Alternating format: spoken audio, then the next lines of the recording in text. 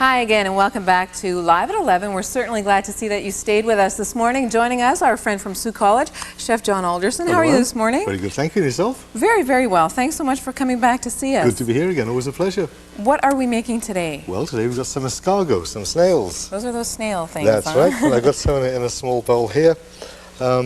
Most of us, when we think of escargot, we think of this type of product here, which is a canned product.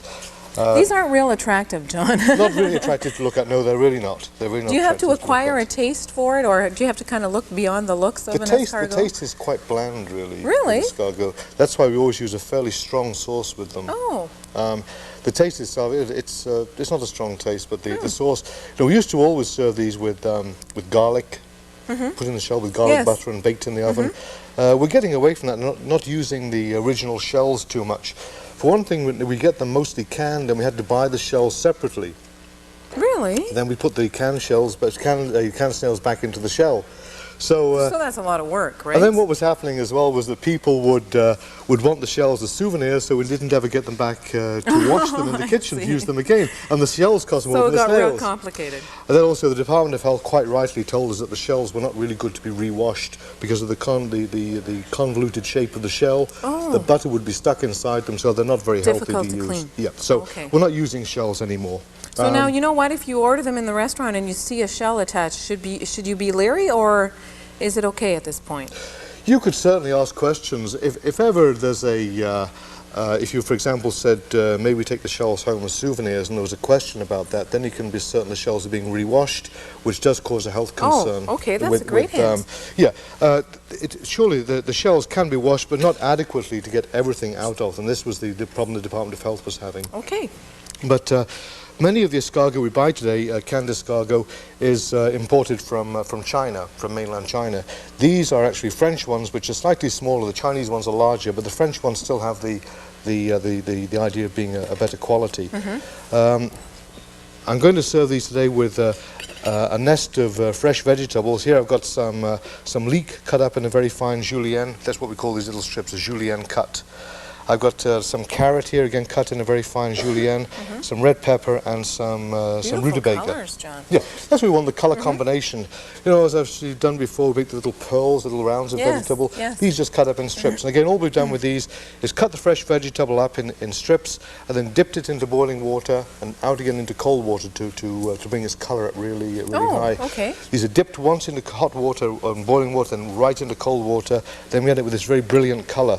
The vegetables which we're going to use today. Very nice. Again, I said the escargot haven't got an awful lot of flavour, so we're going to use, these are jalapeno peppers here now. Exactly. Now, these, everybody is not a fan of jalapeno peppers, so please, you know, use these sparingly if you aren't fond of hot food.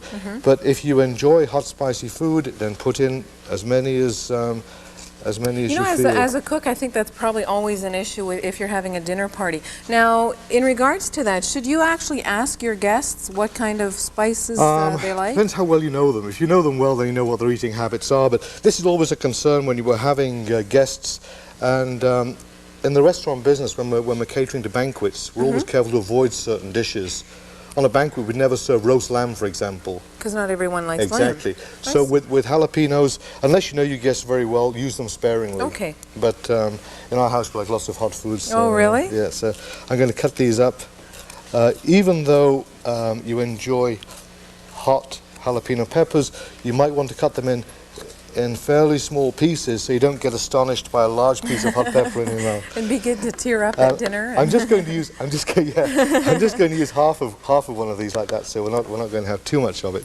And I'm going to warm my pan up here on the stove, and to thicken the sauce, I'm going to use what we call a beurre manier. And this just means manipulated butter. Manier is French for that. Manier for handled. That's right. We have a little butter in here, and I'm going to add a little flour to it. Now, you know how very often we make a roux to thicken the sauce? Yes. This is a cold roux. I'm going to use my fingers to mix this with. We use butter and flour mixed together. And you can keep this in the restaurant. We certainly always keep this handy for thickening sauces. And at home the same way. You can mix some of this up in a little pot and keep it in the fridge. And whenever you want to thicken the sauce, you can take the pot out and add it to your sauce. This is a very fast way of thickening sauces. we just beat this in slowly into the sauce as we need it. I'll leave that there now and wipe my hands. Now, we're going to take the escargot. John, do you find that a lot of people buy escargot and have it at home, like on a Sunday evening? Or is it kind of a restaurant dish? Escargot is very popular in Northern Ontario. Really? Very popular. I was surprised when we first came up at how many people are ordering escargot in restaurants. Yeah. Now this is the escargot here with the juice from the escargots from the can. I'm going to put the juice first of all into the pan like this, and put that on, and I'm going to add to that a little bit of little drop of white wine. There. Excuse me, I'll just get my whisk. Yeah, I think probably because you know. French people enjoy escargot, and there are many French people in Northern Ontario, so they brought this with them, the liking for escargot. Now we're just going to take a touch of this beurre manier here, the cold roux. That's right, and this is what we're going to use to thicken this this little jus here with.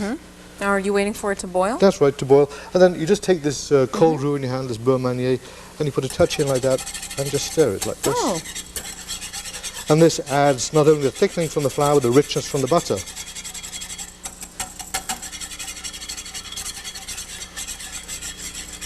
Oh, you can see it thickening. That's right, just gently thickening.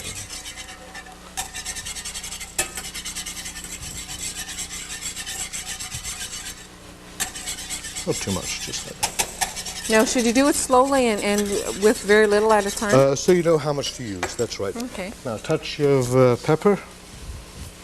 And a touch of salt, and now we can add the escargot.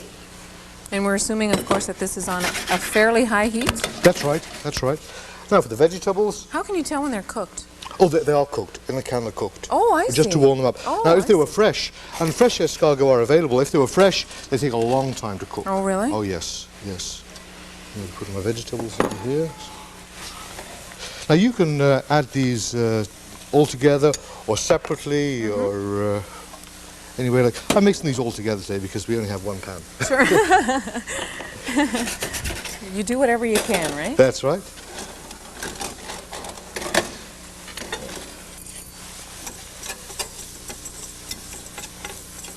And this is what we're going to use to make our little nest with. I'm going to put a touch of white wine in with these also. And a touch of salt and pepper.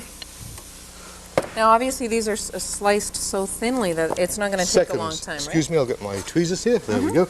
And now I'm using this plate here. And what we're going to do is make a little...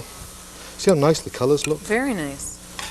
And another really good recipe for spring and summer? Yes, beautiful. Because of the colours? Beautiful. There we go. And now we're going to take up escargot. And add the jalapenos. You almost forgot those. Look Oh, no. the jalapenos. Don't want to forget the jalapenos. Oh, the jalapenos, yes. Add the jalapenos. There. I'm going to serve those.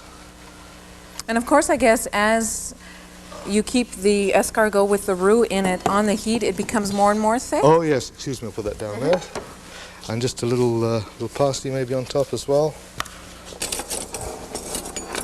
Move some Beautiful. of this Very out of nice. the way here. And that's our escargot with Now, jalapenos and the vegetable nest. Is this a main course dish, or is it It served wouldn't with be main salad, course or? for dinner. It could be main course for lunch, but for dinner would be an appetizer. I see. You wouldn't. This would be enough for a luncheon item here with so many escargot on there. I have about 10 escargot on that. For an appetizer, 6 would be plenty. Really? 6 would Now, be is this plenty for one person? That'd be for one person for lunch. Really? That would be a main course for lunch. Geez, it seems like there's a lot there. Not for lunch, that's a main course dish for lunch. But for dinner, for the evening, for an appetizer, you'd use about half that amount. Okay. Yeah. But it is the vegetables, the idea of using this vegetable nest, which sets them off to such a good... You know, we're always looking to give it appetizing appearance. Absolutely. Thanks again, John. Very Appreciate welcome, it. Luann. Very nice My to see you. pleasure. We'll Thank wait to you. see you again real soon. Thanks. Bye-bye. We'll be right back here at Live at 11.